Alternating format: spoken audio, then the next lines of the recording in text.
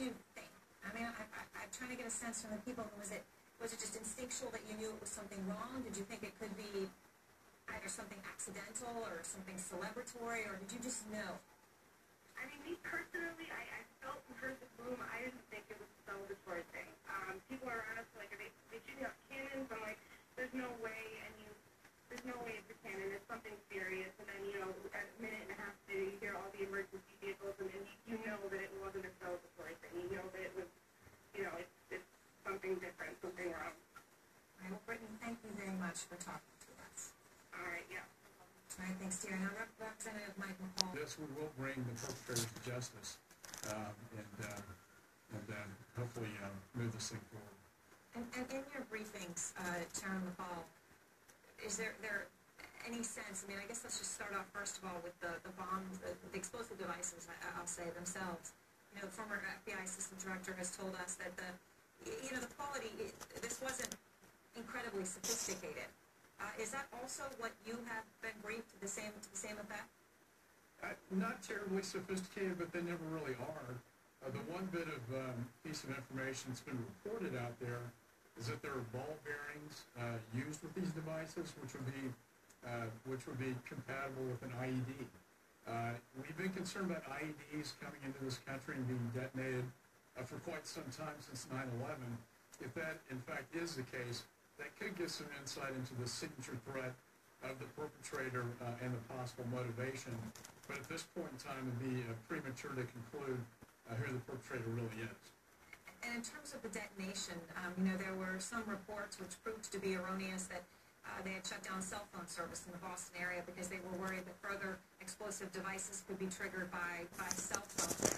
But the device that did go off, do you have any knowledge from your briefing in terms of how that was detonated? I don't. I heard the same report you did, that cell phones were confiscated. If a cell phone was used, obviously that isn't consistent with an IED device. And I think it's also important to note that my understanding is that there may be a person of interest now in custody that's undergoing questioning. I think, Aaron, while this is clearly an act of terrorism, what's unclear at this point is whether it's a foreign or domestic threat. And I think that's the unanswered question at this point in time. And do you have a sense on that at all? When you talk about a person of interest, obviously that person may or may not be involved as a person of interest. That's what the word means. But does that lead you down a path towards either foreign or domestic at this point?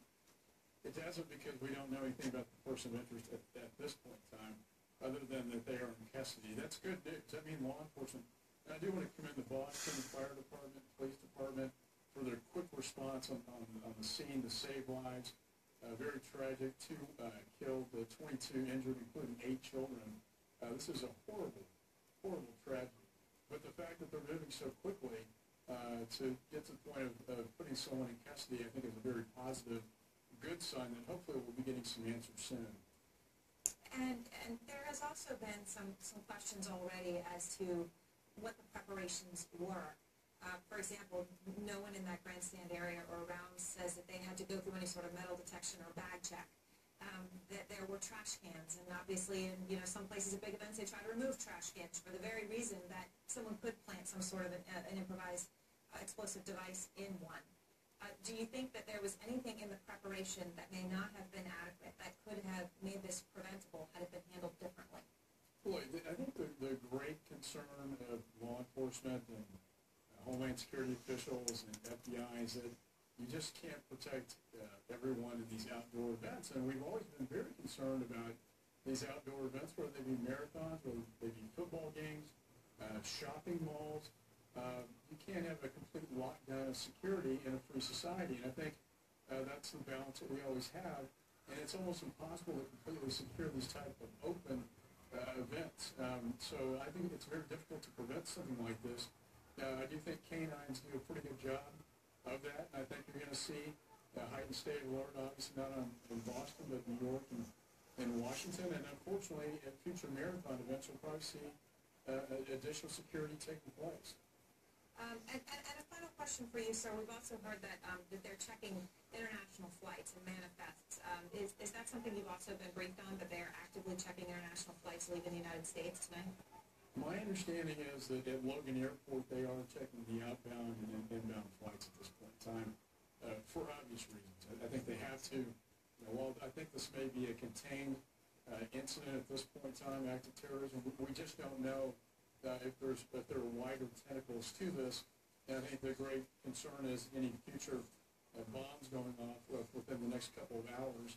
My understanding is, to be calm, that they believe they have both the bombs that went off at the Marathon and the one that was self-detonated by the Coast Guard, is my understanding, at the JFK Library.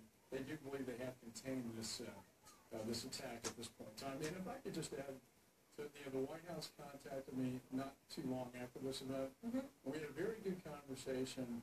At times like this brings the nation together. We both, agree this is not a Republican, Democrat issue. It's a truly American issue. That I think it's a time when we all come together. And Chairman Call, quickly, just before we go, because I want to make sure I understand, because obviously Boston Police have been a little vague on this whole issue of whether anyone was in custody. You said that someone was undergoing questioning, a person of interest in custody. Was that also in your briefing today? We just got this report as of within the last few minutes.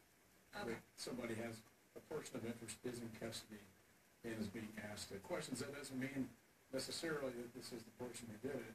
Right. But there is a person of interest in custody that's being questioned. All right, and there's nothing else you can tell us about that person at this point?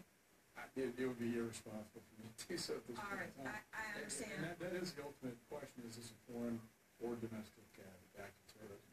Absolutely. All right, Chairman McCall, thank you very much for taking the time answering all of our questions. We really appreciate it, as do our viewers.